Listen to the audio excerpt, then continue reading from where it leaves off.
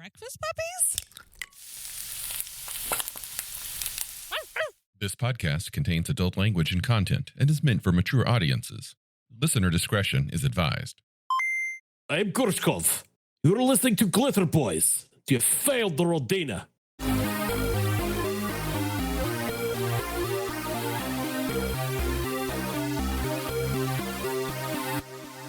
Experience had said that she would try to introduce you to a wizard, one Jovial Red in New Laszlo on the morrow.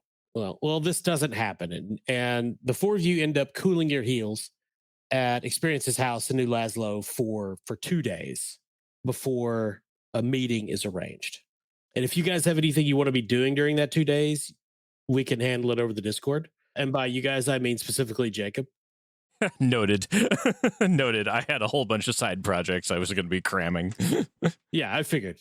Yeah, so we can go through that stuff over the Discord if you would like. Certainly, we'll do that. I assume that Bronson spends the next 2 days learning about the wonders of getting stoned. I think Mr. Cat spends the next morning learning his very first hangover. Oh, yeah. Yeah. That would have been a big learning curve. But on the 16th of April, in what you believe is the year 101 post-apocalypse, Experience takes you, and I mean takes Henry, Troy, Riley, Mr. Cat, and Bronson to a great mansion in the heart of New Laszlo that is called the Hall of Hrolger Halfhead. Why? You're not told, but to you guys, it looks very much like a late 19th century mansion, similar to, say, the Vanderbilt. Doric columns, marble features, grandiose windows. The street-facing facade has a broad door that's just open to the interior. And this is in the heart of the city, so it is not on some estate. It's just right in the midst of New Laszlo. And you walk up the steps and into this first grand chamber, and you can smell lemon and hear a piano playing somewhere. Servants greet you and offer you water and hot towels. And these servants are wearing these elegant robes, but are otherwise clearly some sort of disembodied spirit. Because while they have clearly hands that can manipulate objects and hand you things, and mouths that can speak, they're otherwise completely invisible. Henry definitely tries to high-five one of these disembodied hand ghosts that are very nice. Finds it really amusing. Wait, so they're just hands? No. So they have clothes on, but they are, and they clearly have hands because they can manipulate objects, but their physical bodies are completely invisible. Okay. Like, 'cause they hand you towels, they bring you, fresh pitchers of water.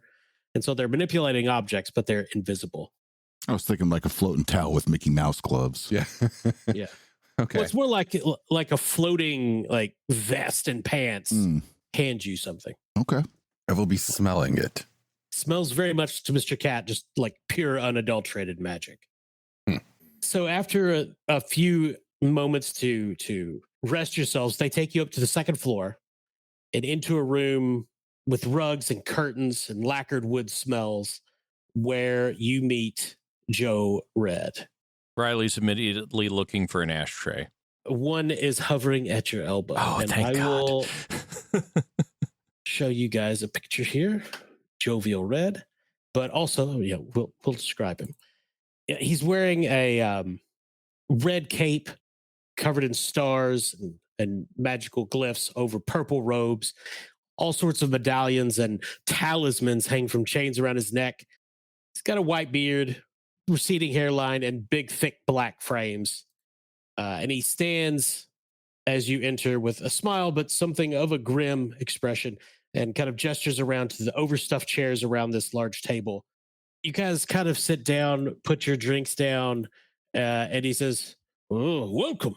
I'm Joe Red of New Laszlo. And Experience," he gestures to Experience, "tells me that you all have an interesting story." Well, I would like it to be known that I am definitely not going to be sitting down. I'm wandering, looking at everything, smelling everything, resisting the urge to knock things off of shelves. Yeah. So out of a nearby door where Mr. Cat is near, one of the servants brings in a tray with steaming cups of hot tea, sets it on the table that everybody else is around. The table's a bit too far away, so Jared snaps his fingers. The table like ambles forward a bit. He says, "Please help yourselves." What is on the table? Nothing except the tea. Oh, just the tea.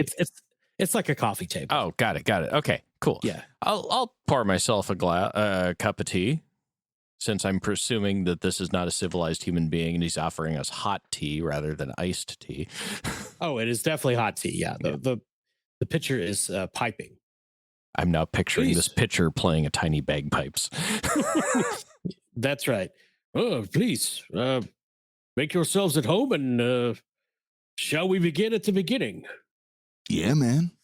Henry says, standing there because he assumes the chairs won't support his weight. I'm looking for the tallest shelf that I think can support my weight.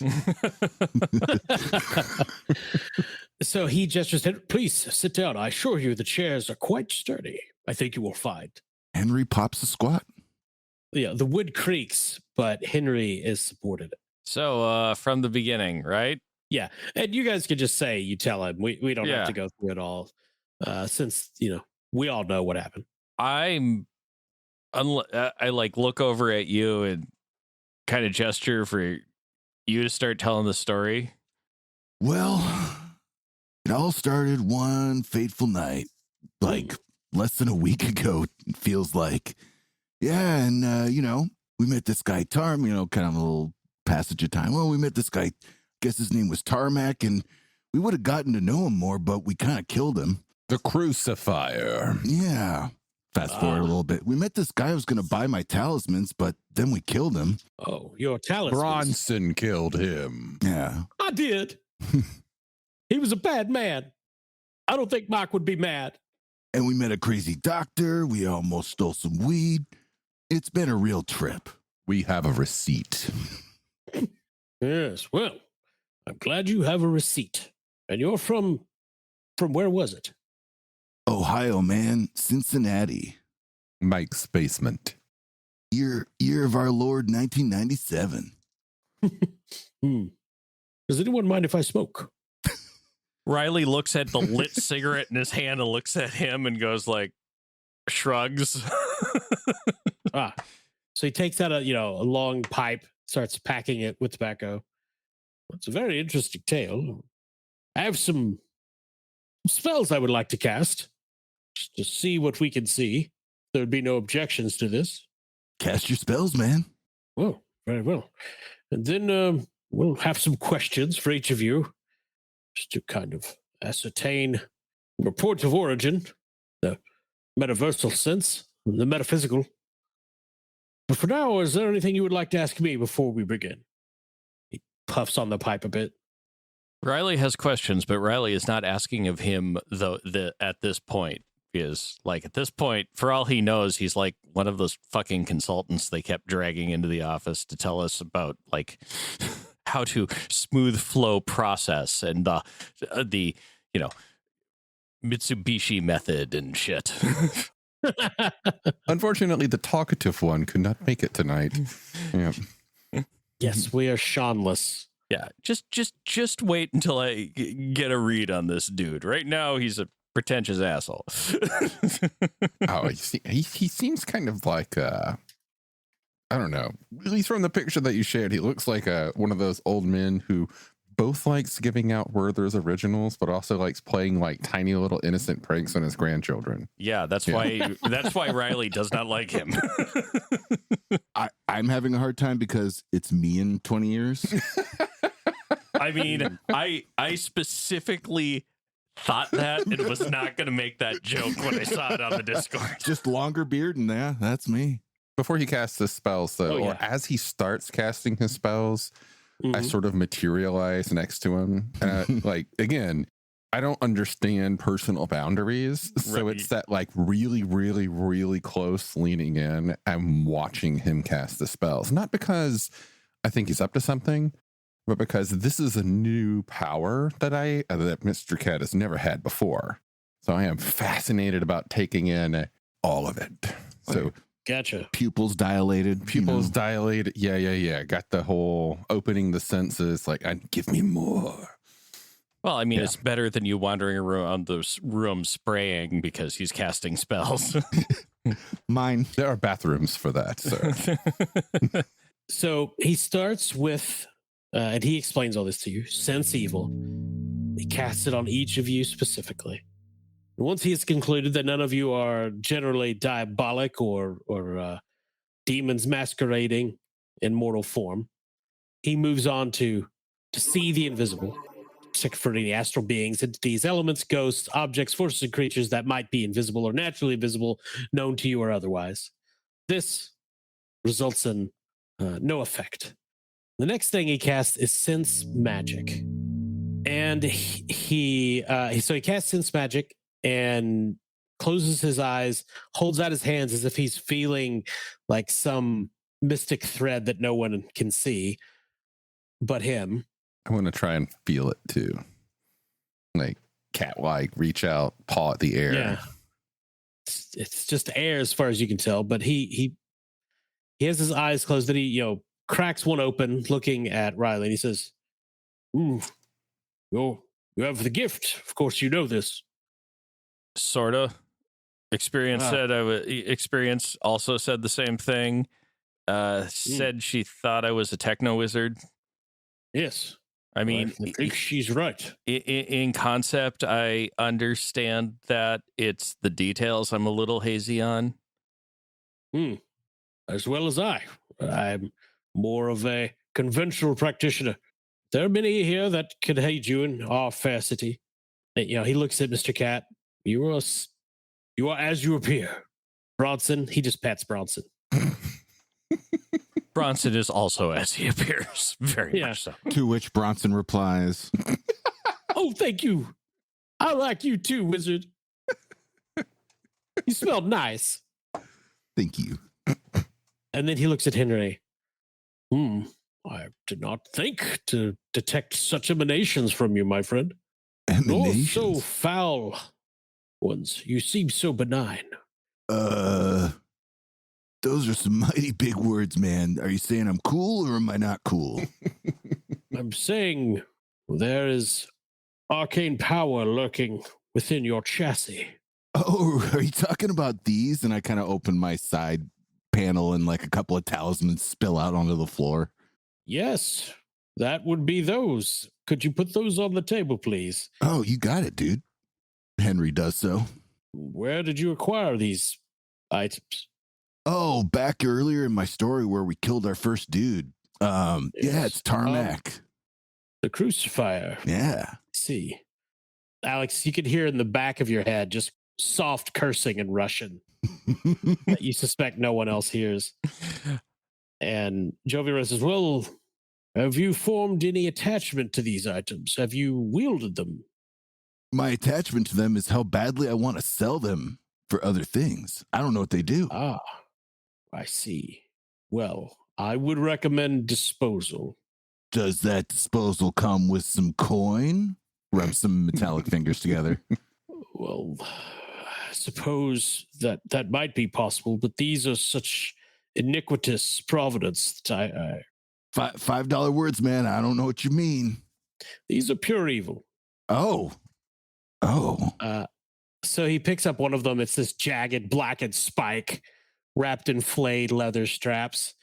This is a nail of dominion, forged from iron nails used in ritual executions during the Devouring Wars. Each was driven into a traitor who begged to be loyal again. Oh, could I see that for a sec? You may not. He picks up another one. The cruciform womb. It's a small iron cross engraved with, as you look more closely, screaming faces. For a moment, it leaks this bead of ichor that drops to the table and evaporates instantly. Grown, not forged, from the flesh of a defeated godling and tempered in the blood of 50 martyrs. All powerful. These all kind of look like the things that That one player who showed up that one time and never came back again, Damien, the kind of stuff that he wore. Oh, yeah. Yeah, the Hot Topic mall goth. Whoa. Yeah. I just thought it was a lowercase t. I suppose I could pay you for them if you insist upon compensation. I tell you what, man, now that I know that they're totally evil and now that they're totally out of my thigh box, can you like make sure I don't got any residue in there? I shall take a turn look. my hip, expose my... Yes. After all, it's not every day, and he holds up one, and it looks like this cracked obsidian eye. Wait a minute. Fixed to a chain of alien bone. He says, it's not every day one walks around with the eye of the starless maw inside the hip. Wait a minute. Let me get this straight. The Borg just gave the wizard a little bit of thigh. I don't know if you know this, but I've got a lot of bit of thigh. It's the compartment that's small. Medium. So he actually. goes to one of the shelves that was too narrow for Mr. Cat to sit on and, takes this lead box, walks it over to the table, puts it down, opens it, and there's tongs in it. And he picks these up with tongs and puts them in the box and seals them.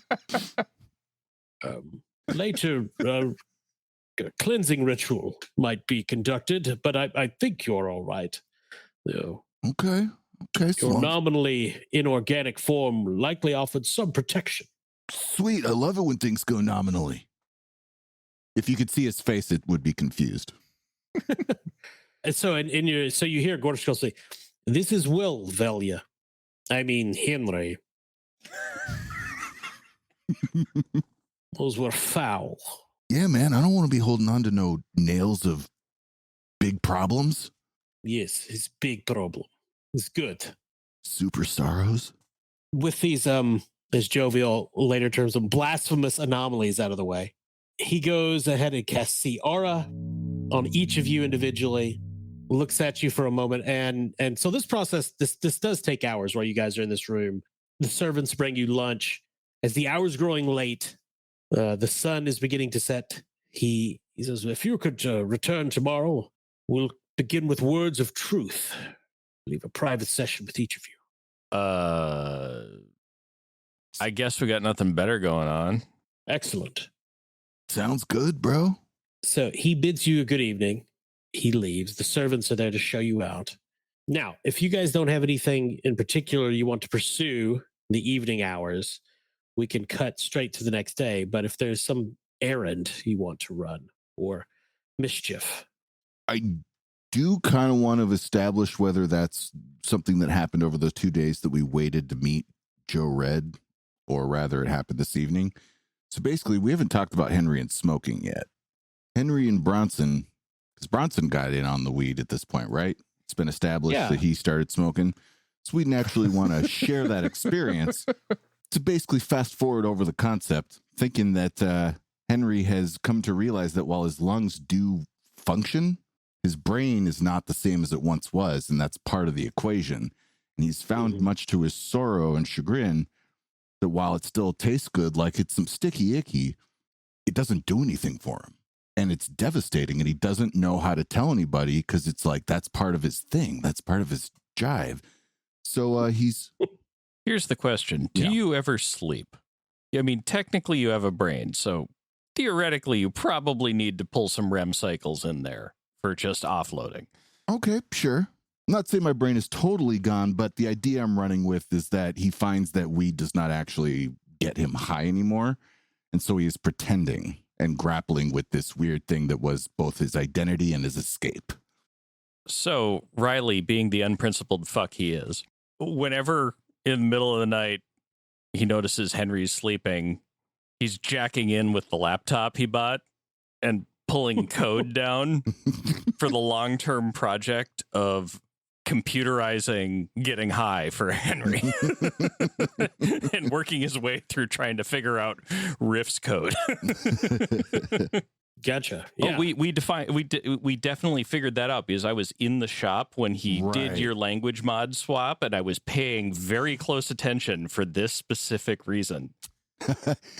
Very nice. So the long-term thing of this is I needed to figure out how to incorporate my I forget what it's called off the top of my head, but my death wish.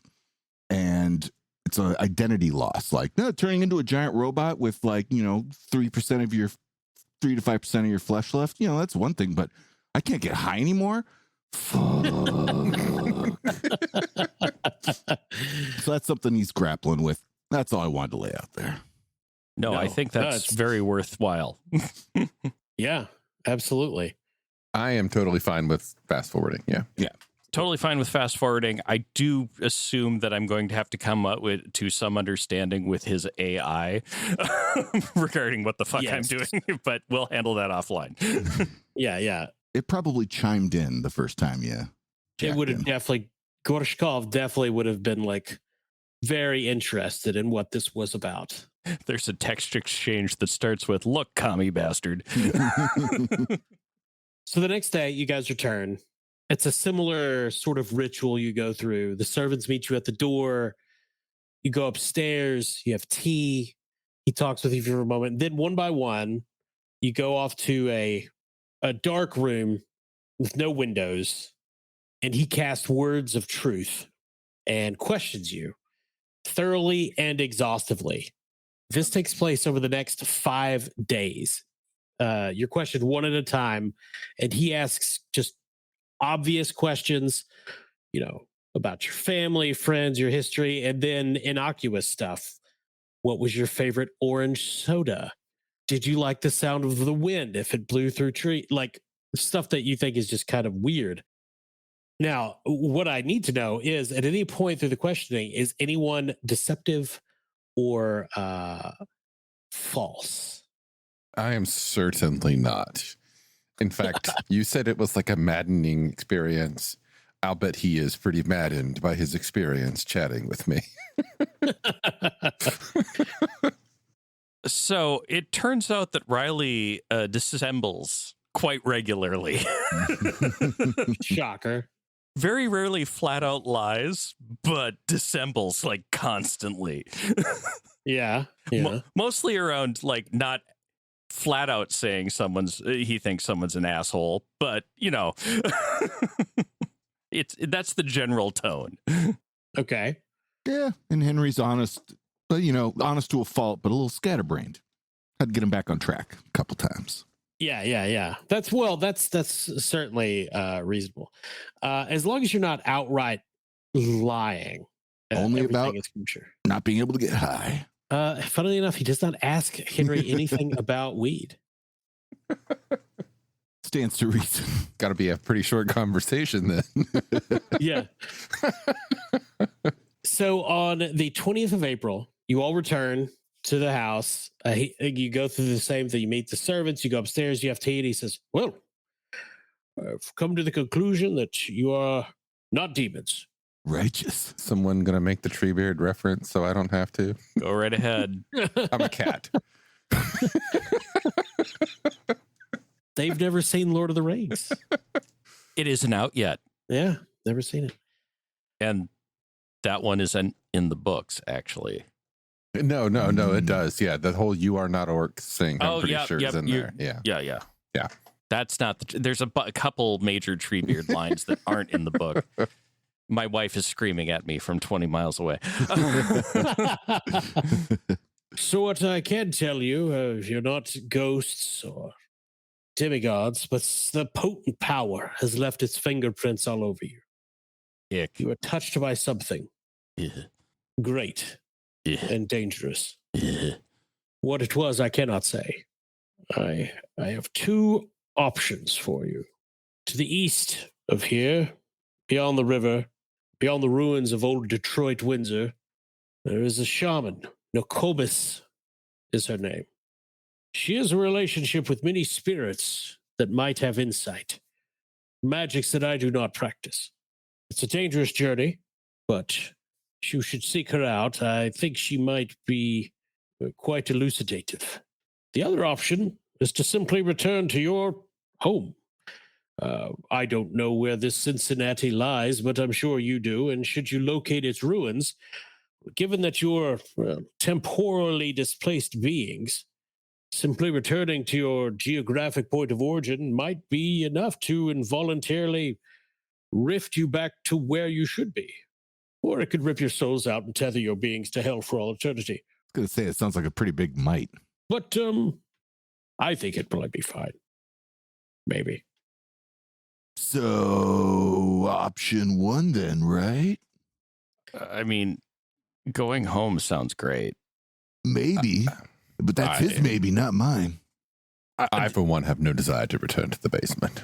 This is a massive open world for me to explore, to conquer, to see new heights of experience. So we're all in agreement. We're skipping the getting our souls ripped out of our body and thrown to hell, correct?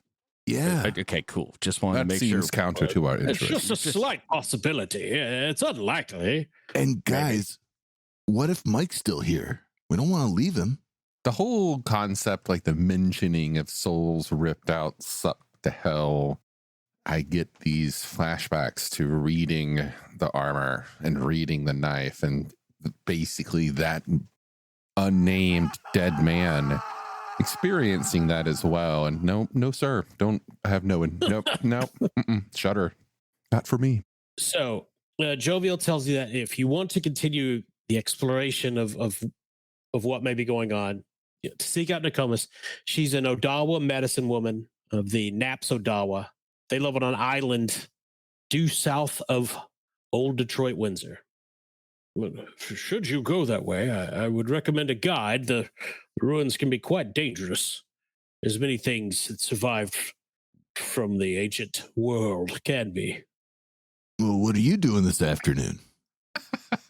Well, unfortunately, dear Henry, I have many obligations, not least of which is my post on the new council. Okay. The new council? Excuse us, Yes. We're not exactly up on local politics. Could you, fill us in? Well, it's the primary governing body here at New Laszlo. It's myself and 9 other Arkham Magi. Each represent a different city precinct, and we meet and debate the issues of the day. How does one join this council? Well, first you would need to be a potent practitioner of the arcane. That's very exclusionist. Yes, quite. Bronson, take note. I will, Mr. Cat. These people have rules. Riley starts looking real nervously at Mr. Cat. Before we head that way, I was kind of hoping you could do me a square. Shall see what I can do. Would you happen to know a halfway competent techno wizard around here? Indeed. A number of them. I believe experience tends to introduce you to Mr. Zane. Oh, well, I mean, she mentioned she might be able to, but, well, hey, that sounds good to me. Oh, I believe they are fast friends. Well, thank you. You're welcome. May your journey into the arcane be one of experience and success. Well, I don't know if she's coming with us or not. Well, touche, Henry. I don't get it. It's all right, man. I pop him a bacon. Oh, these are delicious. I'm going to have And to then- put a motherfucking smoker in the back of the Mountaineer to keep you two going, aren't I? I might be able to make one fit in my thigh. Oh, that sounds like a fantastic idea. I mean, Techno wizard smoker. even without the techno wizardry, Riley has all the skills. If you just get him a TIG welder and some scrap iron and a 55-gallon barrel, it's happening.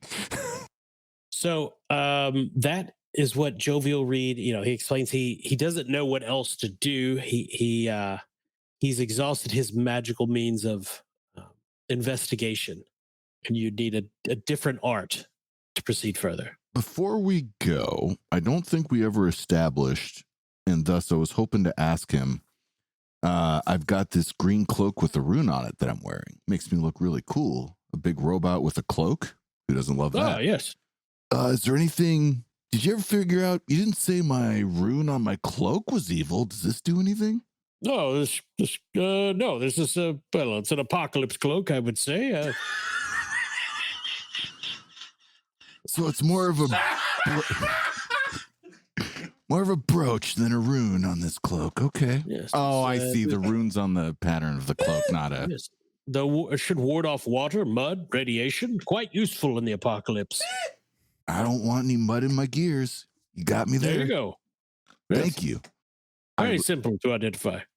Yeah, the movie was out yet. Riley is toying around with the idea of changing your voice modulator to make you talk like like Andre the Giant now. Oh boy. Anybody want a peanut? Before we leave town, I do want to find some time to have a chat, at least with experience, regarding the armor. The evil armor? The evil armor. And the person trapped inside of it, more specifically. Oh. His words of being, having your soul ripped out and sent to hell kind of reminded me of that in a way that is unpleasant. And I had a chat with a pretty cool guy who's in my knife, and he seems okay with it, but I get the feeling the other guy isn't okay with it. And concepts of eternal slavery are just generally uncool with Mr. Cat. It's valid. That's valid. But what if they were enslaved to Mr. Cat? No. Okay, people he's that sort of cat. I want people to worship me, but I want them to worship me because they worship me. Yes. Yeah, that's definitely something. If you don't want to broach it with Red, you can definitely talk to Experience about it. Yeah. We don't necessarily have to do that now because we're currently with Red, but it just came to mind that I wanted to make sure we do it before we leave town. Gotcha. Yeah, we got a kind of a list of things to do before we... Okay. Yeah.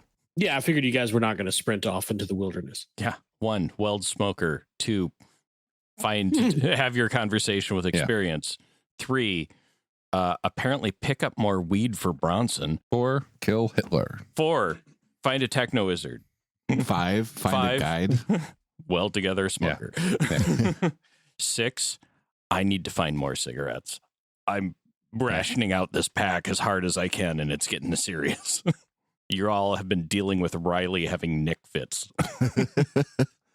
So if you have nothing else, you depart the hall of Holger Halfhead. It's the middle of the day. Make your way back to Experience's home, which is not terribly far away as things go in New Laszlo. So it's an easy walk through the streets. And yeah, you guys can do whatever you want now. The floor is yours. Well, then I will find her. As at will some I. point. But I just want her to point me in this direction of this Zane fellow because I need to have a conversation. And that'll get me off screen so you can have whatever conversation you want. Yeah, you guys find Experience. She's in the backyard of her house in the garden, gloves on, little mud on her face, working with her plants. Oh, hello, boys. How did it go? Riley looks really nonplussed, and he does not want to answer that conversation. We're not demons. Oh, good. I'm going to find the nearest plant and maybe start digging it up. Oh, hey, now get out of my roses. I've already had Ow. to discipline Bronson. I will give you something productive to do. He leans over to Experience and goes, I've heard a spray bottle works real well. I wouldn't do that to Mr. Cat. He is a noble creature. Yes. Do go on. Who does not dig the wrong roses because he is so noble and honorable. I see what you're doing. And it's working. Yeah, so if you ask her about Zane, she will direct you to a bakery called Lustful Flowers. And she gives you directions to get there. Lustful Flowers? Spelled Flours. Oh, lovely. Yeah, where can I find this Zane fella? Lustful Flowers. At a bakery? Yeah. Well, All it's right. his bakery. He should be there. You're sure he's a techno wizard? She puts her hand on your shoulder. Riley, you're a very, very smart man, but you've been in this world for a very short time. She claps you on the cheek, a little bit of mud on your face. He's a techno wizard. All right, I'll take your word for it. Thank you. Give me directions to Lustful Flowers, and I wander off, stopping at any purveyor of that may have cigarettes. As he walks off, she yells, "Dinner's at 6." Riley does the walking away, doesn't even look back, waves over his shoulder. Yeah. She goes over to Bronson and Bronson, I need you to go dig up this part of the garden over here. And he just, charges off to do it. She sends Troy out on an errand. And then she looks at Henry and Mr. Cat. Well, what about you two? You got any heavy stuff you need lifted? No, but there's a blacksmith about a block that way. Okay, if he needs some heavy stuff lifted, I can help. I assume so. I start heading that way. What about you, Mr. Cat? I am okay in the garden for now, thank you. You got it. I stomp my way slowly towards the blacksmith. Thump, thump, thump. And then she looks at Mr. Cat. What's on your mind, Mr. Cat? Kind of meander in her direction. That little slow saunter that cats do when they're trying to decide whether or not they want to sit on your lap, or they're just going to make you think they're going to sit on your lap, and then you try and position yourself to get them to come closer, and then they change their mind and walk away. Doing that slow walk over, what do you know of eternal damnation? And I say this with an extremely menacing look on my face because that's the only face I have. Her eyes widen. Well, not too terribly much. It's something I think most people would want to avoid. What do you know of things like this? And I hold up the dagger. Things that have people in them. Fair amount.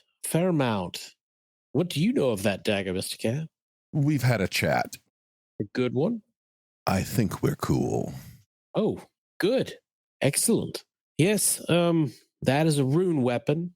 And she goes on to explain something about rune weapons, as much as she knows, which wouldn't necessarily be everything that you might find in a Rift source book, but it's a pretty significant amount of knowledge. Then what do you remember of the day we vanquished Mr. Morrow and his puppet? Yes, the armored creature, the iron zombie. Yeah, yes, that thing. Did you spend much time with it? No, but I am aware of what they are.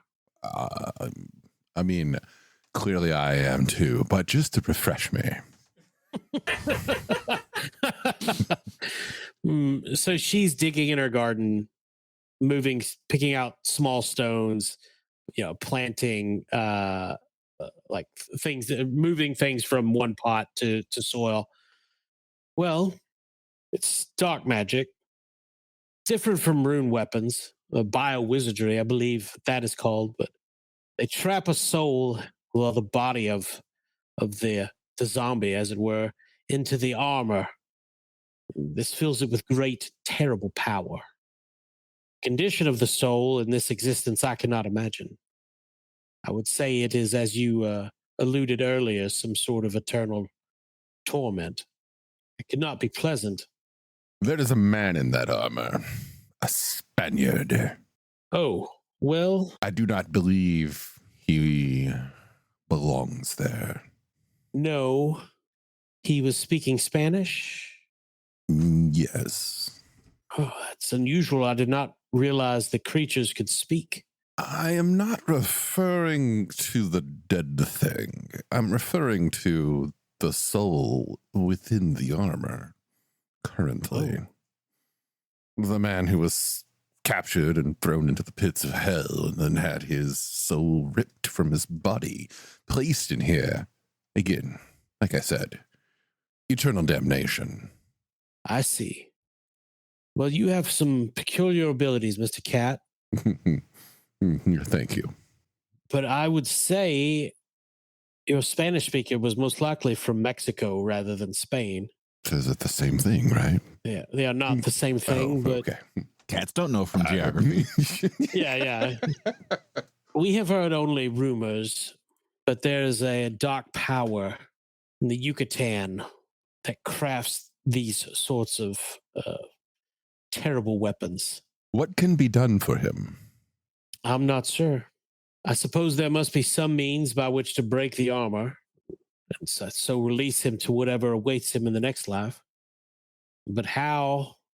I don't know. There are people I can ask. If he cannot be removed from the armor, what if he were to be offered some kind of retirement?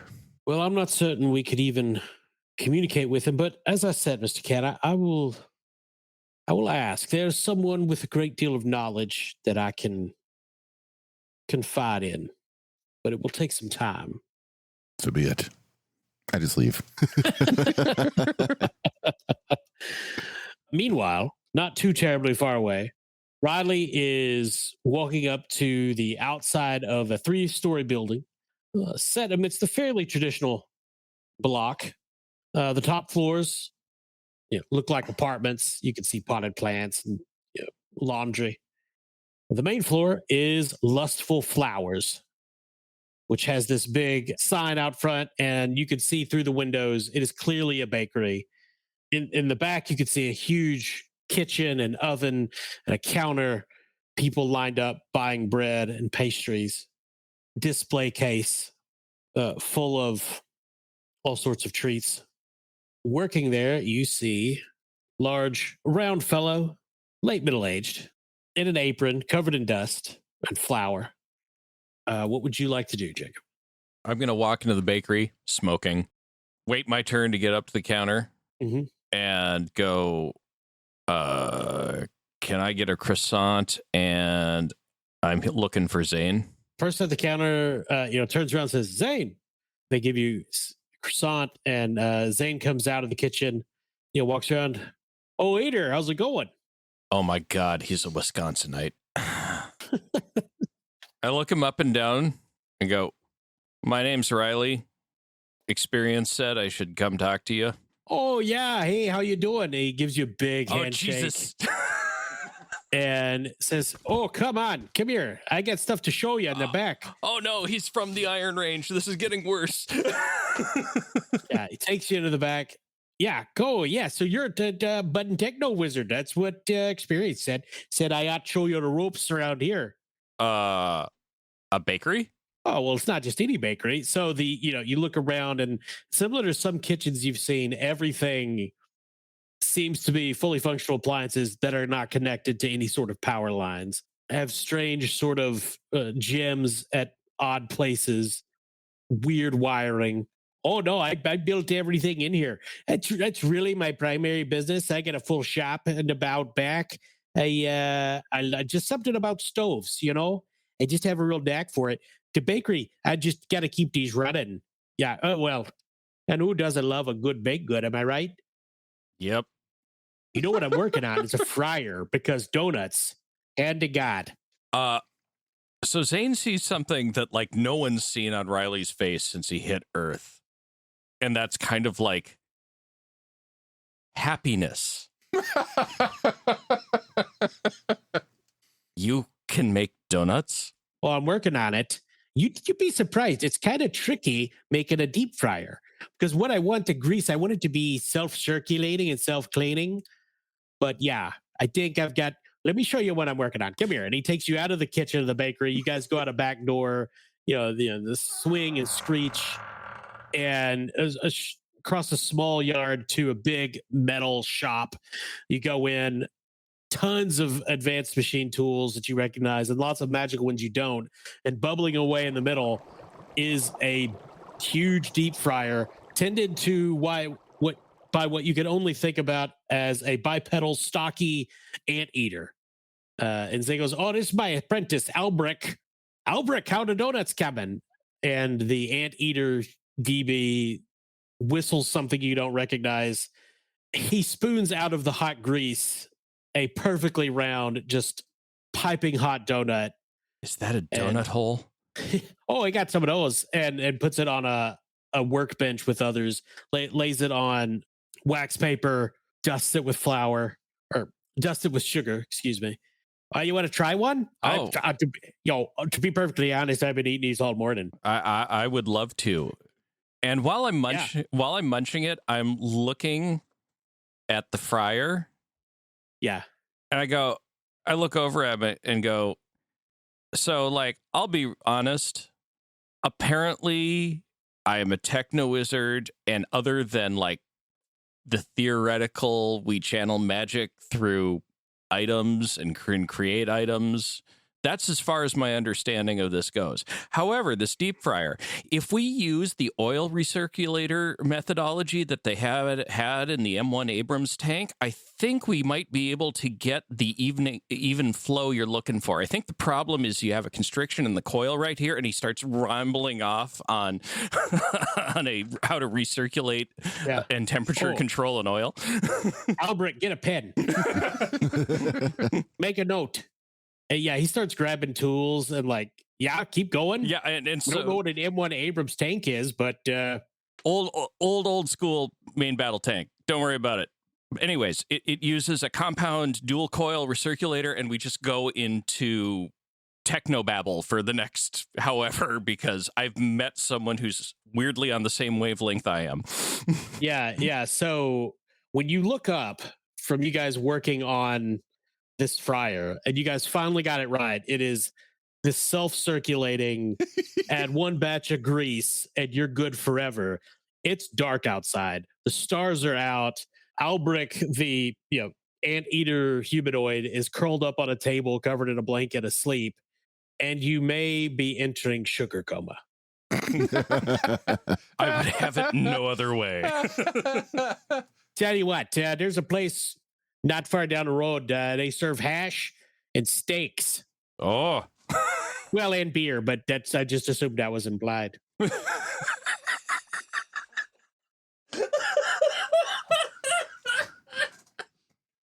Kyle, you broke Jacob. You get some XP. But anyway, I'll meet you there for breakfast. Yeah, absolutely. And obviously, I missed dinner, and experience could be tweaked, but... Yeah, so he says, "Oh, here, you can have this," and he goes over and he takes this book, and it's like techno wizardry for beginners. Perfect. And it's clearly got scribbling in the margins and doodles. You take this, and you're going to be well on your way. I think you're going to be a natural. Could I ask? Not right now, because you got things to do. I got things to do. But I'm going to go to bed. Oh yeah. Could I ask a favor, like tomorrow? Oh, sure, pal. Yeah, I'd love to meet you for breakfast and talk more. You're setting off my accent, damn it. Oh, sorry. And I was wondering if you would mind if I borrowed your line feed welder. No, that's fine. I got two. Oh, thanks. I just have a small project I want to put together. Nothing fancy. I just want to install a smoker in my Mountaineer. Well, that's awesome. Okay. Yeah. Yeah. Good luck, pal. So I go home practically rolling with the number of test donuts we ate. It's okay. I will help you lift that. the welder. Yeah. Remember, I can find you anywhere. Oh, Jesus Christ. Yeah, so that night you guys all get back to Experience's house.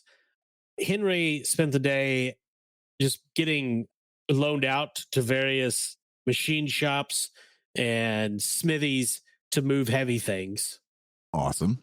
And comes home with a sack full of credits. Sweet. How many credits? 75. 75. All right. Different, working here and there piecemeal through the day. Credits in the bank.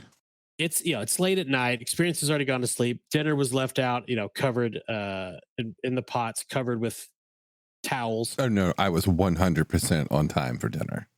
Just for the record. Yes. Oh, I assumed. I just figured you would eat again. Whereas I come home and go, oh, Well, I guess that's nice.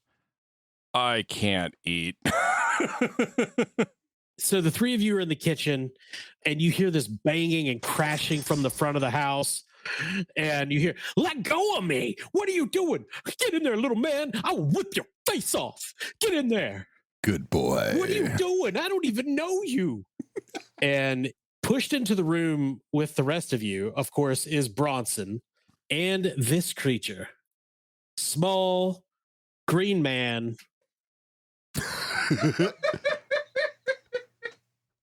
He has big bulbous eyes. He's wearing a Cincinnati Bengals jersey, shorts, and sneakers. Like the tentacles on his face hang down.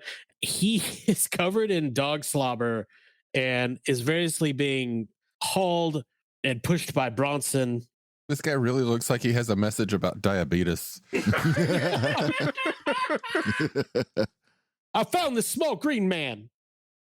Let me go, you mangy mutt. Whoa, Bronson, what's up with this guy? Mr. Cat quickly realizes why Bronson has this small creature. And it's because this creature smells like Mike. It's the shirt. It is indeed the shirt. Okay, he's a small creature. Yep. About how big? Yeah, he's about 3 feet tall. Great. I pick him up by the neck, hold him up against the wall, effortlessly. Oh, dogs and cats are working together. Lean in close. And I'm not going to straighten. I'm not choking him or anything. I'm just picking him up and holding him up. Yeah. Because I don't feel like bending down. I want to smell the shirt. I mean, it definitely smells exactly like Mike and Mike's house, specifically.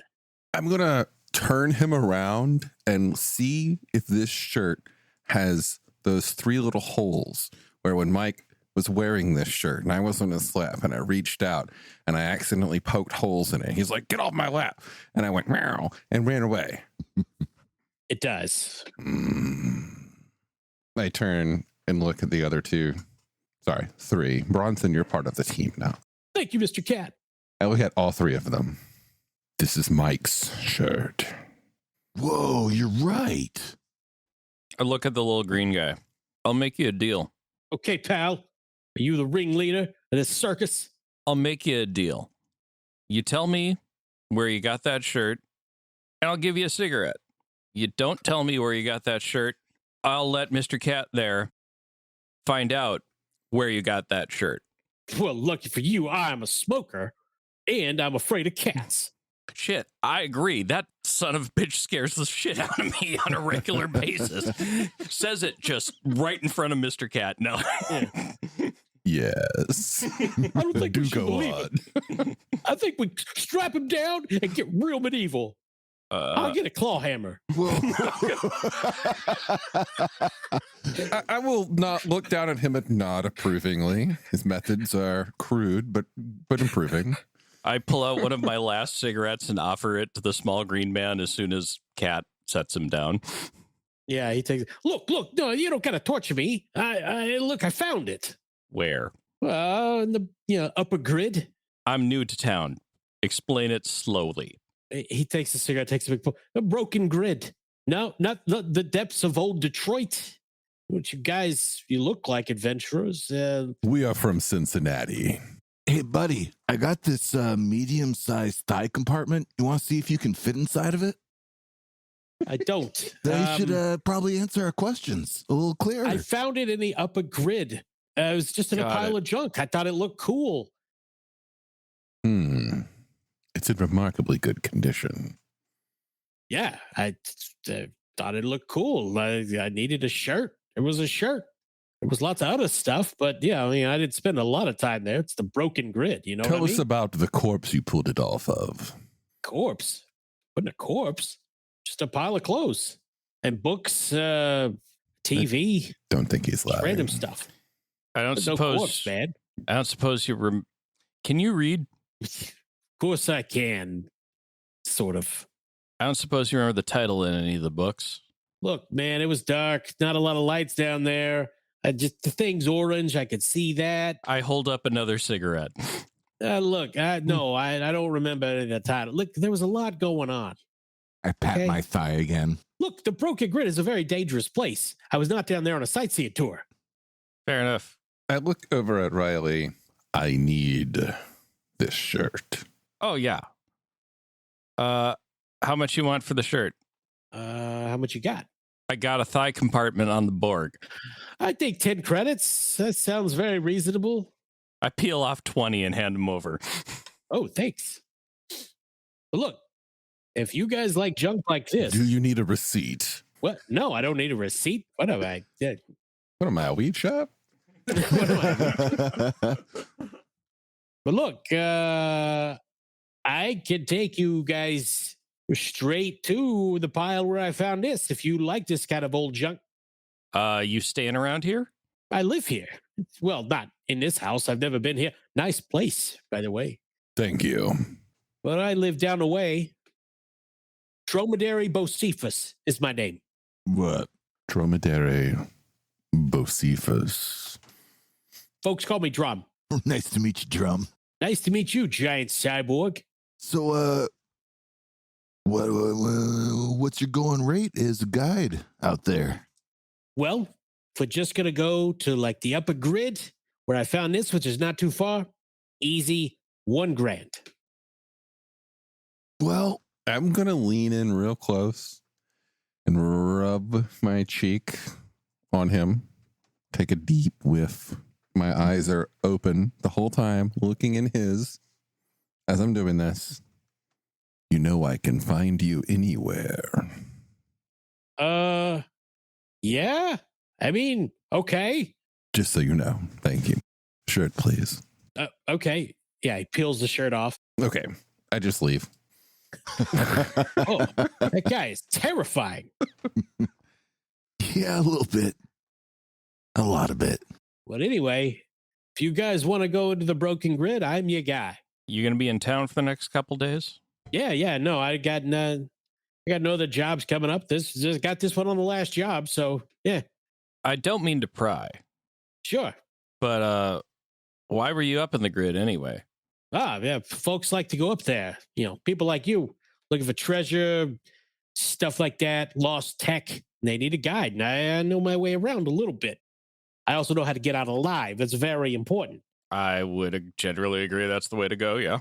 Yeah, I don't do ghosts, vampires, the things that whisper your name at night. You want crazy, you hire Stitches. Who's Stitches? He's a crazy man. I think we got one of those already. Yeah, you don't need two. What's his going rate? I think know. that there's like a post-credit scene where he's asleep and a cat climbs in his window. Dromedary.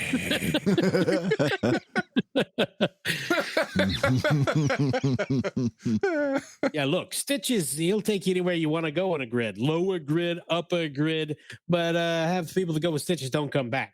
I hand him the second cigarette I had been holding up before and going like, thanks for the tip. Thank you. Yeah. You guys don't want to go tonight though, right? Oh, like, no, we got some business over the next couple days. Okay. I got breakfast. You don't want to be in the grid at night. It's bad. Do we need to go after Mr. Cat? I'm just in the next room. Okay. Yeah. I wouldn't be surprised if we were to walk in and find him doing the paw thing on the shirt. That said, I wouldn't want to see that, so I'm not doing that. More to the point, I'm more afraid of what Mr. Cat's reaction to us walking in on that would be now that he's 8 foot tall and ripped. It's nighttime, so I assume like the most frantic zoomies just tearing around the room. As long as you make sure that none of your clothes are like super, super soft, you don't have to worry about it.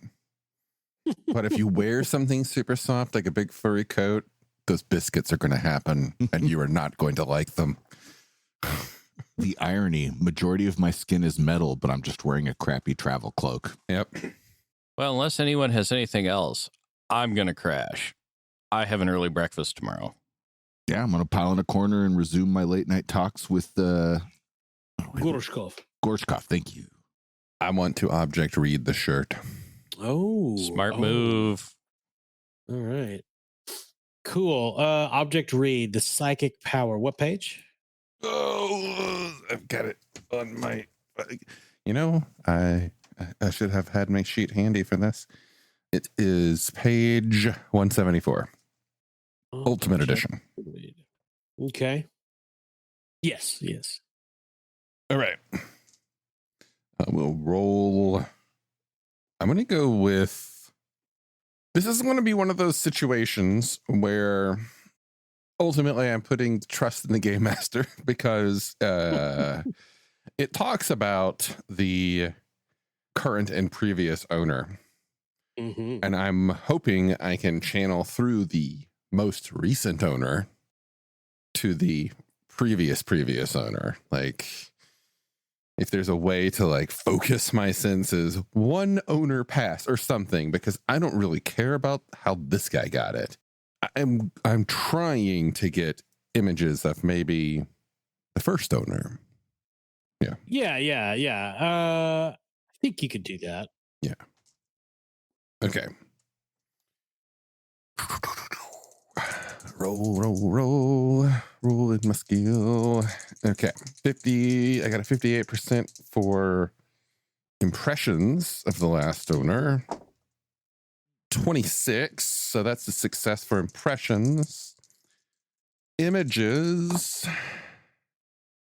08. So I succeeded in that one. And I am going to spend the additional to get present.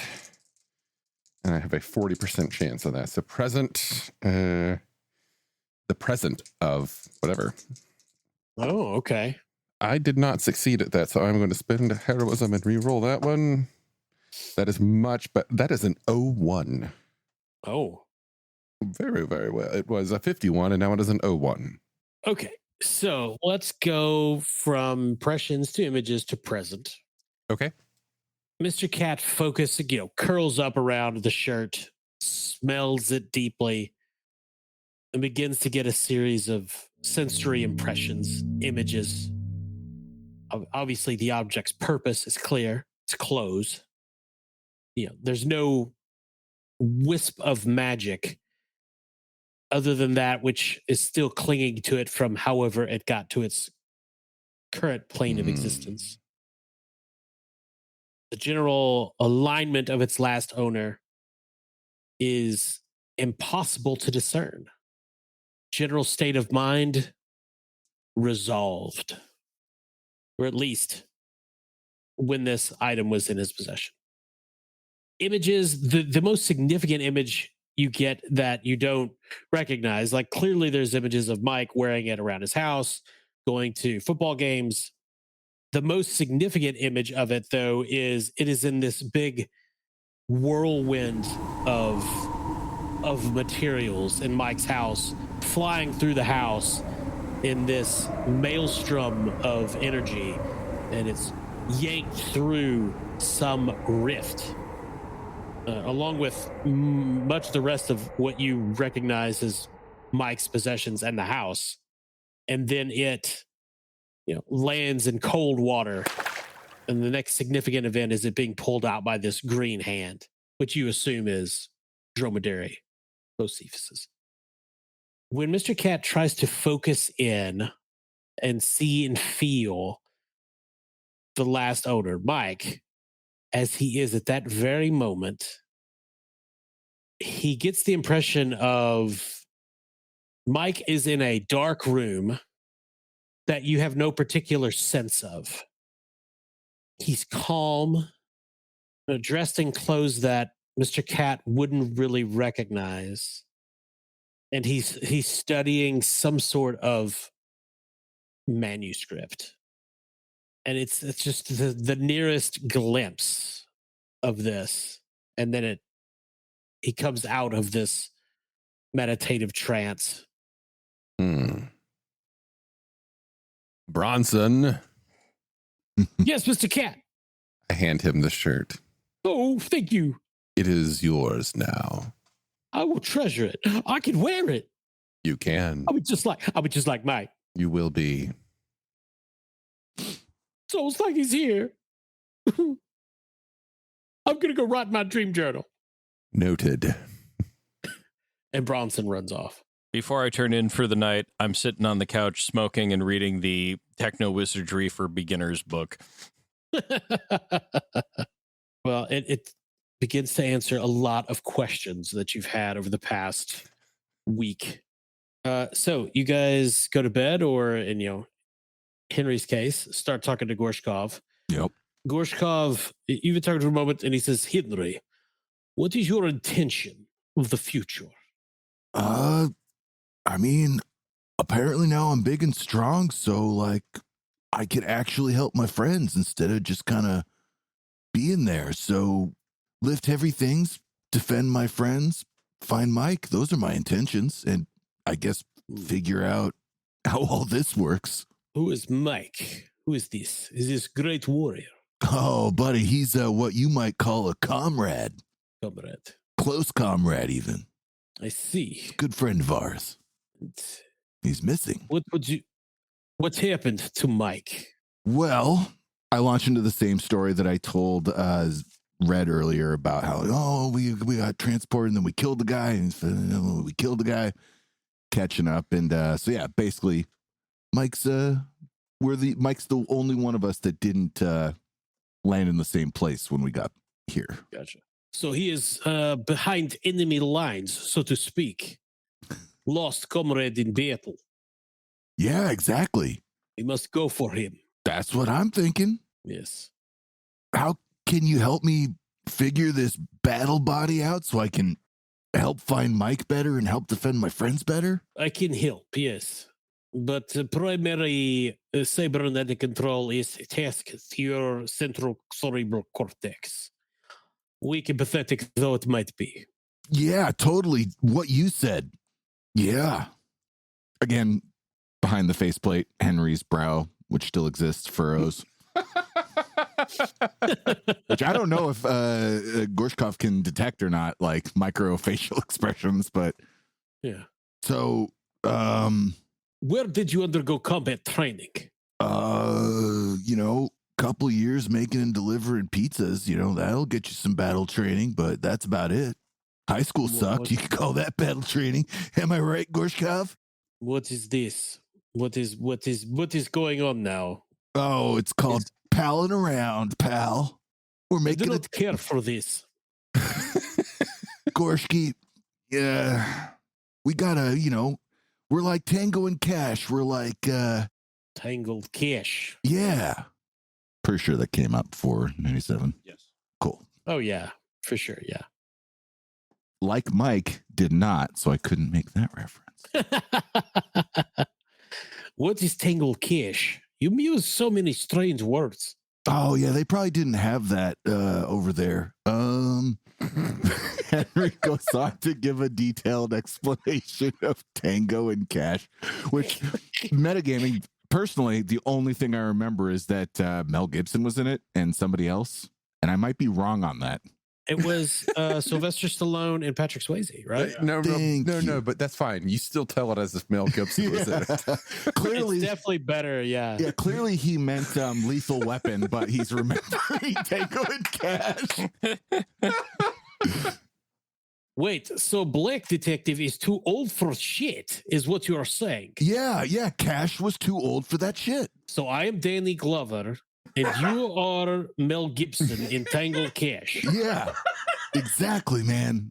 And we're a mismatch at first, but then we're gonna come together, yin and yang. I see. Tango and Cash. We've named this episode. I don't understand why money is in this tangle. Was your money rope? Would it make more sense if I called it Tango and Rubles? No. Oh shit. Well, it's about brotherhood, man. Despite your differences, you find a common foe. You come together. Mm. Did they kill many men? Oh yeah. There was this whole scene. Oh man, again, describing the plot of Lethal Weapon, but calling it Tango and Cash. The whole, being trapped and, yeah. I do like this old detective. He sounds very wise. Oh, yeah. He's the best. And despite being too old for this shit, he keeps coming back. Yes, this is very relevant to me. They've done like 5 Tango and Caches. All right, no, technically at this point it would only be probably 3. Anyhow. Oh, yeah, maybe. Definitely 2. There were the second was definitely out. The third one, I don't remember when the third one came out, but yeah. Very well. We will begin with basic appraisal of cybernetic system as currently calibrated to this hunter-killer form. Righteous. So far, now, yeah. Moving past basic cybernetics, which you of course understand completely, we will go to purpose capabilities and implants. Military grade. Yes? Very good.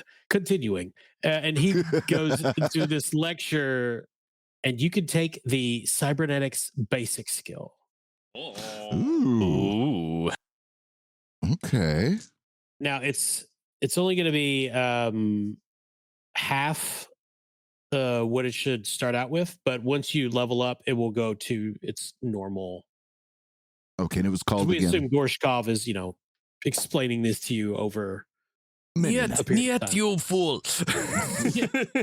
No. Cybernetics basic. You have a cybernetic colon? That's impressive. Yeah. He does. Oh, I'll have to straight up read the description in the book later to understand the implications. Yeah, there you go. Yeah. But yeah, so Gorshkov is at least tacitly approving of your overall ethos. Excellent. Yeah, that's basically the idea whenever I'm supposed to be resting, aside from what rest I might need. It's, building that connection with Gorshkov. We're 2 peas in a metal bod. So the remainder of the night passes uneventfully. Oh no, I'm going to go to the grid. Yes, and I'm going to grab Bronson, and we're just going to go out. Oh, okay. So let me clarify. The broken grid is in the ruins of old Detroit. Oh, like miles and miles away. Oh, okay. Quite some distance from here. All right, never mind. Yeah. It's like if it's just like a mile or 2 away. Okay, I'm going to go. No. Yeah. It's an ODW, as the locals call it. Old Detroit, Windsor. If it were closer, I would totally do that. I'm just gone. Yeah. Well, yeah. Drom would have explained, like where it was once he realized you guys didn't know exactly what he was talking about. Okay. Next morning? Yes, the next morning, you guys awaken. I rise early and head on out to go to breakfast. Yeah. You meet Zane.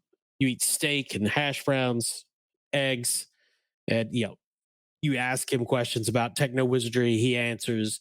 Essentially, you're getting a rough and tumble course on the basics. At some point during the conversation, I'm going to go, "Hey, now, do you happen to know what a 4-way is?" If I were to say, he might, but I, as a GM, don't. Oh, Skyline Chili done 4 ways. Oh. So it's like, gotcha. Is there any place around here to get a 4-way? Oh, I mean, they're brothels. Oh, yeah, no. Skyline Chili, does that ring a bell? I like chili. Yeah, that's what I was afraid of. Okay, okay, thanks. It's just a culinary dish for where I'm from, and ever since I ended up in these parts, I've been craving it. Something fierce. Oh, gotcha. Yeah, sorry. No, I don't know about a Skyline Chili. So yeah, he and I are just going to have a breakfast of crash coursing, him answering really basic questions about techno wizardry, probably looking at me like, you have all the power of a full techno wizard. I can tell that, but you're a bloomin' idiot. Although you do know your way around the mechanical part of this. Yeah. So essentially, Drum as a guide will lead you to Old Detroit whenever you're ready to go. That's his, you talk to him more. He's a guide. He leads people into the ruins of Old Detroit when they're doing adventuring stuff. And it's really how long you guys want to spend in New Laszlo before you do that. Unless you're going to go to Nokomis or Cincinnati. Well, that was going to be my question when we woke up, is touching base with Experience to see if she had either any recs for other guides, if she knew Drum, and if she could, well, we need Drum to get to the location itself. Yeah. But at least checking to see if she could be a guide to see Nokomis later. Well, also, if we map these out, might something be on the way to something else? Sort of. I mean, as far as Mr. Cat has no fucking clue where we are. Right. So, yeah. I mean, if we go to Detroit, roughly where they described Nokomis would be relatively southwest of that or southeast of that. And then southeast. Yeah. Cincinnati would be much farther southeast. Unless, and that's if we go a straight line across a lake. A big lake. Nah, Erie's a small one. Well, compared to like Superior, but exactly, a real lake. I'm sure there are no terrifying monsters in it on Rift's Earth. Oh, I'm certain there are. I guarantee you the Lake Panther is a real thing in Rift's Earth. Oh, there's probably some kind of reanimated corpse of the Edmund Fitzgerald. Oh, yeah just roaming the waves. I mean, I totally suspect that an entire population of militant loons, DB loons, are fighting the frickin' insect boys up in the Arrowhead of Minnesota. Yeah. Yeah. It's Pirates of the Caribbean, but with the Edmund Fitzgerald and... Yep. I and every other Minnesotan just kind of got excited. Yeah. I was balking at the cost at hiring Drum, but we have a lot of money. More than enough credits. Oh, speaking of which, just to make sure I understand, you did buy me a suit of Plastic Man, yes? Yes. Okay, great. Yes. While you all are having your conversation with Experience, I don't give a shit. It's pretty clear you all are still deciding whether or not which direction you want to go, and I have a sneaking suspicion that since I'm the only one who seems deeply invested in getting back home, I'm going to be outvoted anyways. So Riley is just reading the room and going like, all right, cool. I'm going to find a scrapyard and start picking up all of the loose metal I need to put together a smoker, and then random bits and bobs of like tiny gears and stuff for my first Techno Wizard crafting project. So is your first TK item a smoker? Is that where we're going? No, actually, I'm going to make a standard smoker for this. It feels like it's biting off more than I can chew. Actually, I'm going to create a ring lighter as my first Techno Wizard item. Oh, one of the lighters that's actually a ring. Use it to channel ignite flame as the base spell for it, but just enough to light a cigarette. So it's baby Techno Wizard's first Techno Wizard project here. Yeah, well, and potentially very useful. Yeah, I mean, it's a lighter that never runs out of fuel as long as I got PPE. The same. Yeah, so we could say that you could definitely probably construct that before you guys leave. Cool. Yeah. I mean, the smoker is going to be real quick to knock together and mount in the back of the Mountaineer. Might be a little harder for the ring, but Yeah. I mean, the smoker, that's just finding the right bits and pieces. Like you could probably do that in a day or two. I want to have a small side scene here. Okay. When you are assembling the pieces of the smoker. Yeah. You're in the garage or wherever it is you're doing out in the front driveway. Yeah. I think so, yeah. And like right as you're doing this, you have the materials laid out, ready to do whatever, and something large and heavy and clanky drops right on top of them. And it is a big old bag full of clanking metal. And I drop it down. You should make the smoker out of this. I open the bag. And it's all of the armor. After what Red said about it, do we really want a demonically infused smoker? Can you think of a better tasting meat?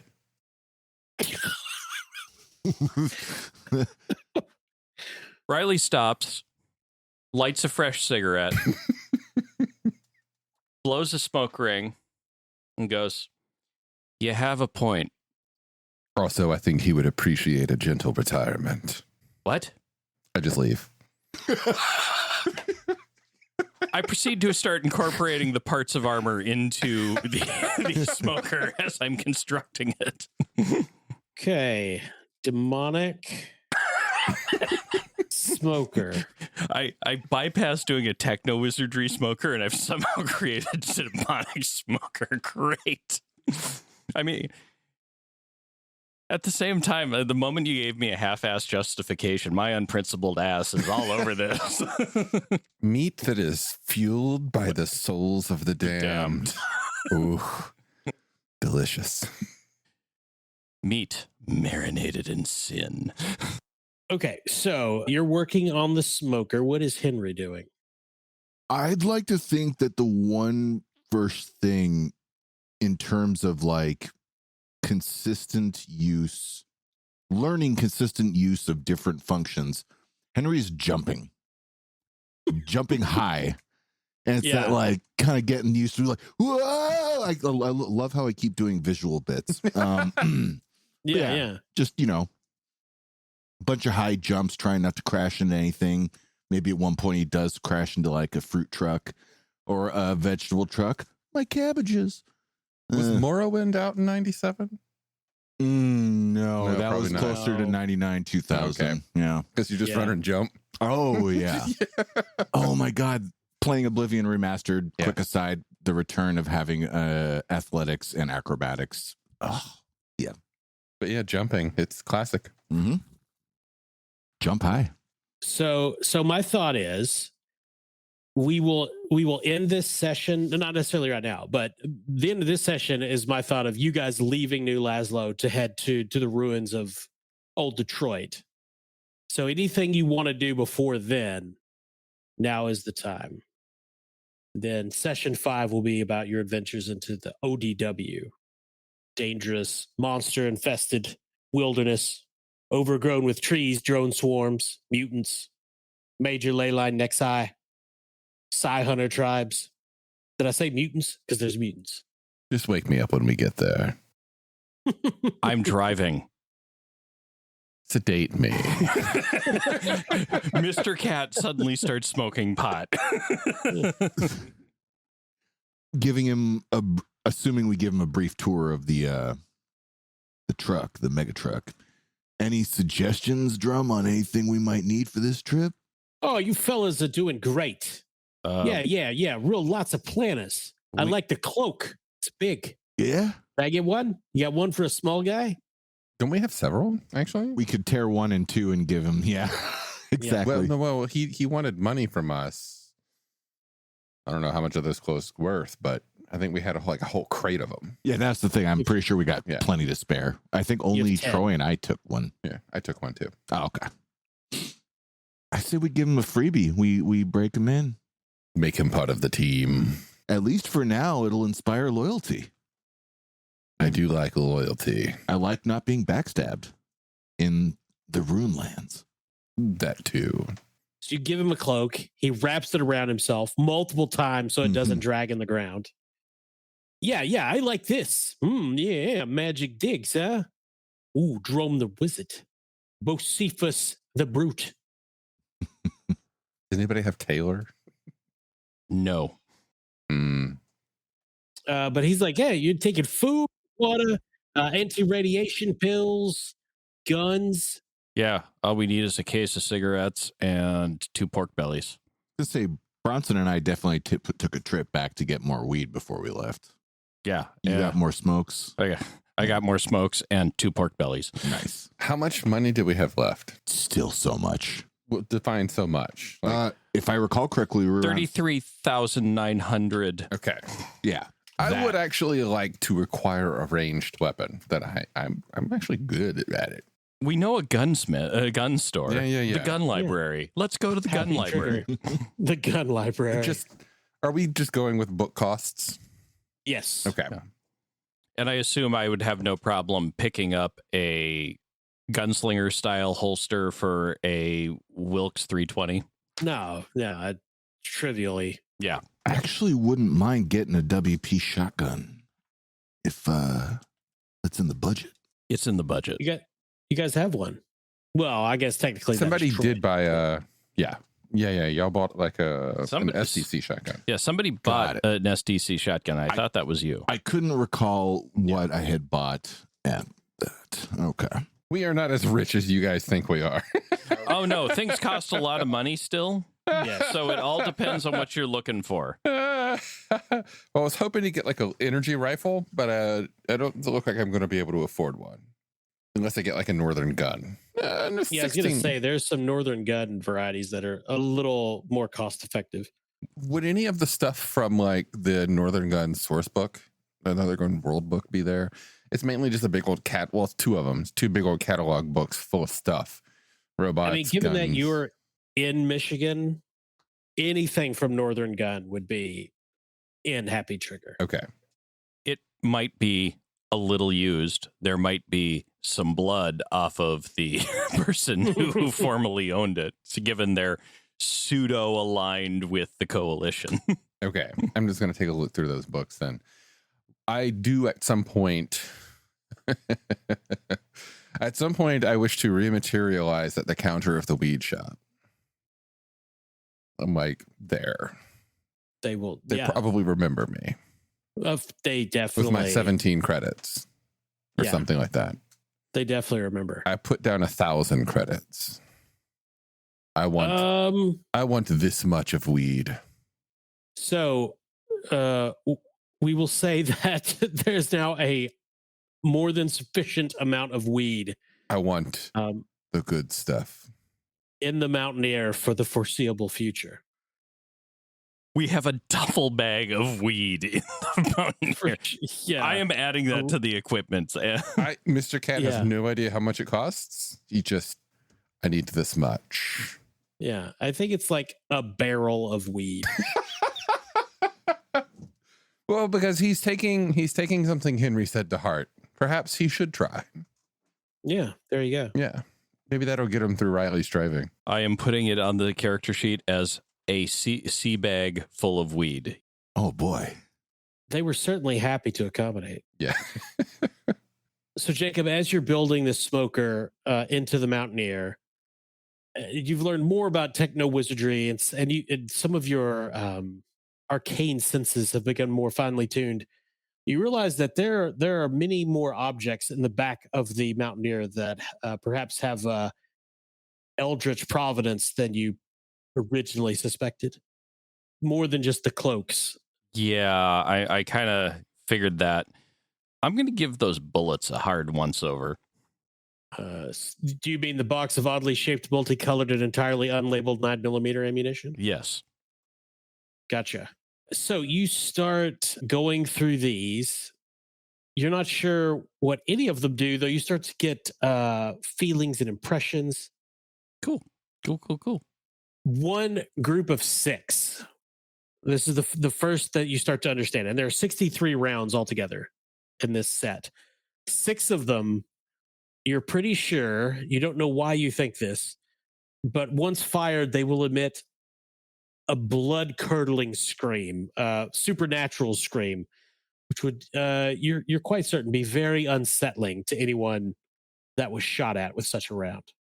Screaming shard rounds appears inside your mind. I have a little bit of a gun wonk question, but it's mostly so I get the right gun for this. Are they 9mm parabellum that would go through a semi-automatic pistol, or are they 9mm revolver? They are revolver rounds. Excellent. Okay, because I didn't want to pick up a 9mm Glock and suddenly be trying to force rimmed through it. No. I mean, yeah, the idea being that you've got a revolver and you can load in different rounds. And I'm going to definitely be picking up a modern equivalent of a Charter Arms pit bull. Perfect. Yeah. I'll just swing by the gun library and go 9mm revolver, whatever he's got that looks cool. Here you go. That's hard. That's very little money, so not a problem. Very little money. Yeah. It's an SDC weapon. They don't care. What comes out of it might not be, but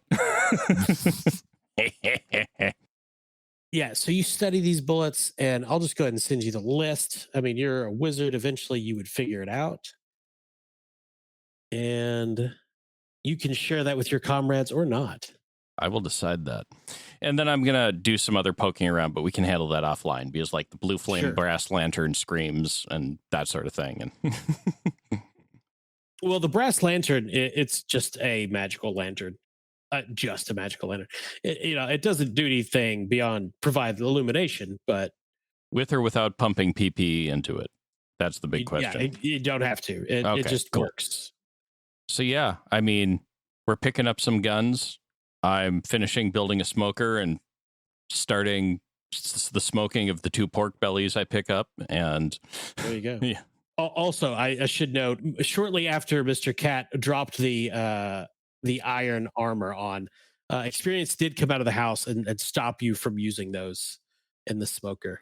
I look at her and I look at the pile of armor and I look at her and I look at the pile of armor and I go, I'll make you a deal.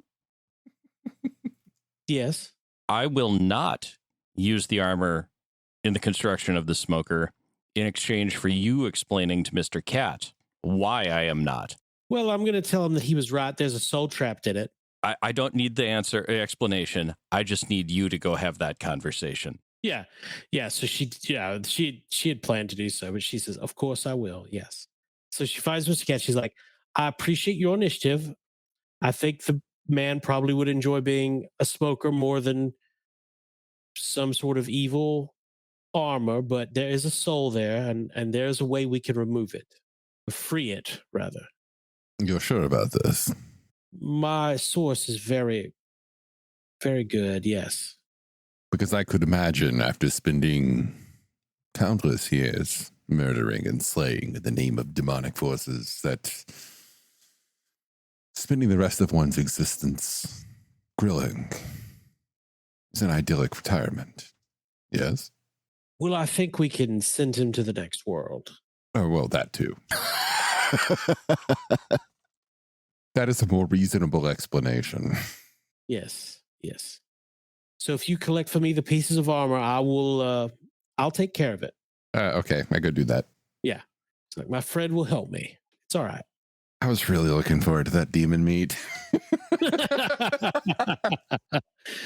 I know you were, and I wasn't going to be the one to explain why it wasn't happening. Riley may have no social skills, but Riley is also not stupid.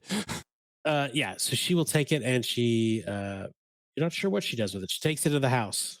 So would y'all be okay with me spending 18 grand on a Wilkes? I have no problem with that. Yeah. So then my next question is, Kyle. Yes. Would this area would this place have for sale the Wilkes Remy rifles from the New West? Sure. I mean, Sweet. Alexander is a connoisseur. Okay. Wilkes Remy 147. I figure I'm running around with a body equivalent to America's Next top expensive body. So yeah, I don't really need a whole lot. And we hooked up Troy last time. So like for what we're spending on you, that's not a problem. Yeah. Do you know how much that peg leg cost? Jesus Christ. You have to remember we started out with close to 100 grand. Where we're at now is almost entirely outfitting Troy and the chess piece that Bronson's wearing. Oh, that's right. Oh, because Troy's not wearing the chest piece? For whatever reason, the crazy is not wearing the chess piece. Yeah, he liked the look. Well, it's right there in the name. Yep. Okay, so you guys spend a few days outfitting the Mountaineer, building a smoker, acquiring weapons, talking to people, learning more about dromedary Bocephus. Then bright and early one morning, we'll say the 25th of April, you set out to the ruins of old Detroit in search of clues by Kripke's whereabouts. The quest for Mike's basement. That's right. We'll end there for the evening. All right. Well, that was fun. Yeah. Yeah. And dear listener, we did something new this time. Didn't do the usual intro and just started freaking playing. And it was great. So, by the way, I'm NPC. I'm just Jacob. I'm still Alex. I'm Kyle. Yeah. Sadly, Sean could not be with us, but he shall return as Troy. Yeah. Yeah, he is missed. But you know what? As Kyle so eloquently said in our private chat, we're all middle-aged. It happens. And I'm like, oh yeah. We are. We are. We're all middle-aged. Planning games a month plus out, and coincidentally, none of us have something come up is amazing. Yeah. It's, you see the occasional Reddit thread. What should I do if somebody can't make it to a session? You play anyway, because if you're requiring perfect attendance of a game group, you're in high school. Good luck. You're in high school. That's right. Yeah, you got nothing else going on. No, but it does take me back to like when I first started playing Rifts in the 90s. We were playing like 5 times a week. Damn. Yeah. I mean, and you're got nothing else to do, right? Yeah. There were video games back then, but they were not as cool as they are now. Nowhere near as That's cool. For sure. No. Yeah. Well, this was fun. Yeah. As always, a blast. Yep. We've had some great responses, folks. Thank you for all of the wonderful feedback. We're enjoying playing this, hopefully as much as you're enjoying listening to. Who knows? There will be more violence in the next episode. I'm quite certain of that. That'll be exciting. Maybe Mr. Cat will get to kill something before Bronson steals that kill. Oh, Bronson, he's such an exuberant little guy. He's or a large guy, really. Little show stealer. Yep. So, folks, thanks for listening. Thanks for the wonderful feedback. Keep it coming. If you haven't already, drop by our Discord and say hello. Introduce yourself. Join the conversation. You should also check out Kyle's podcast, which is Bastard Quest, which is exactly how it sounds. They play games over there. It's a bit sillier.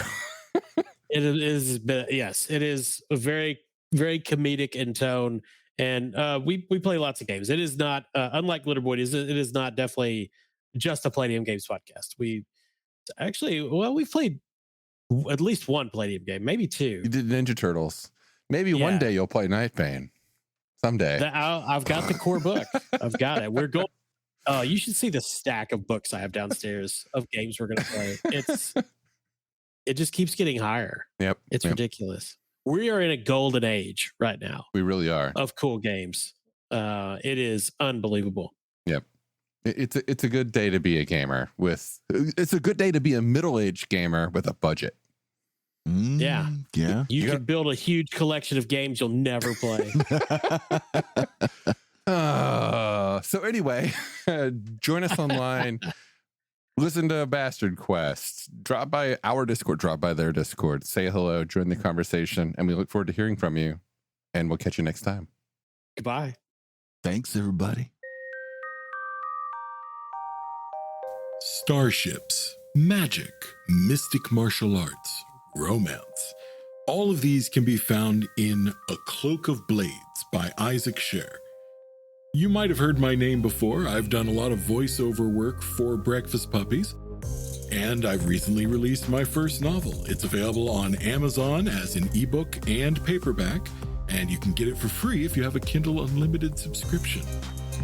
I do hope you'll support my work as you're supporting Breakfast Puppies, and it's been a pleasure talking with you today. Have a good one.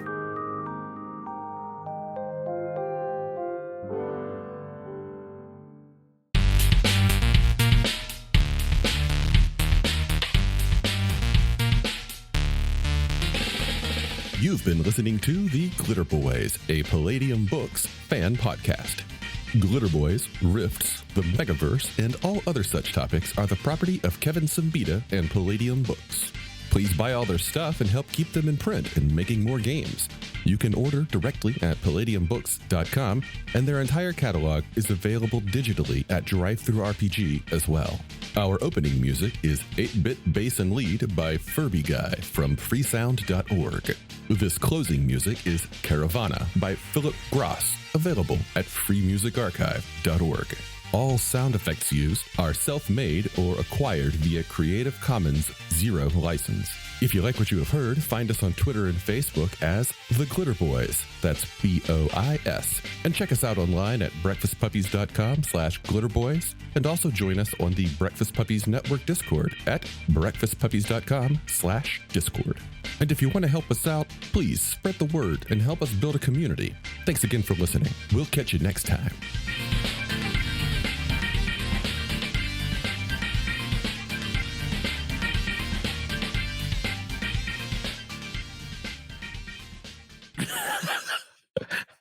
How will I know when the episode ends? I can't turn it off unless I click.